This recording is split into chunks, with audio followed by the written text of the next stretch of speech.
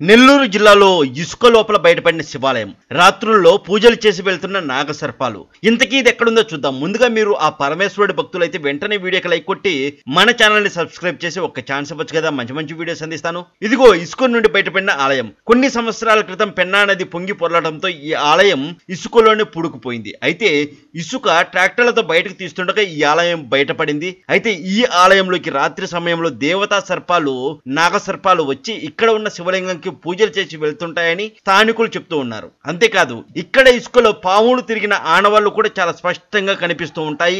ఈ ఆలయం పేరు నాగేశ్వర స్వామి ఆలయం. ఈ ఆలయం నెల్లూరు జిల్లాలో ఉన్న పెరుమాళ్లపాడు అనే గ్రామం దగ్గరలో ఉంటుంది. వెంటనే ఓం నమ శివాయ అని కామెంట్ పెట్టండి. అంతేకాదు ఆ మధ్య కాలంలో వచ్చినటువంటి కల్కి మూవీలో కూడా ఈ ఆలయాన్ని చూపించడం అయితే జరిగింది. ఓం శ్రీమాత్రే నమః.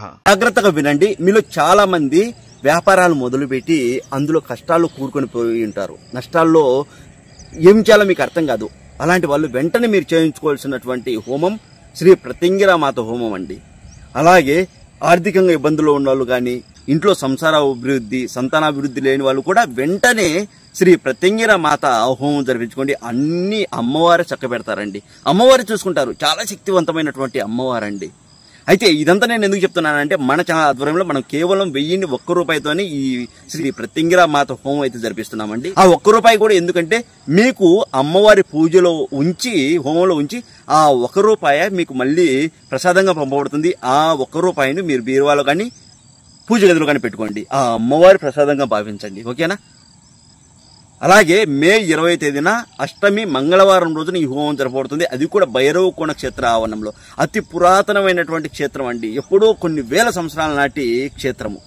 ఇక్కడ అమ్మవారు త్రిముఖ దుర్గామాత, 3 ముఖాలు కలిగినటువంటి అమ్మవారండి. చాలా గొప్ప క్షేత్రం.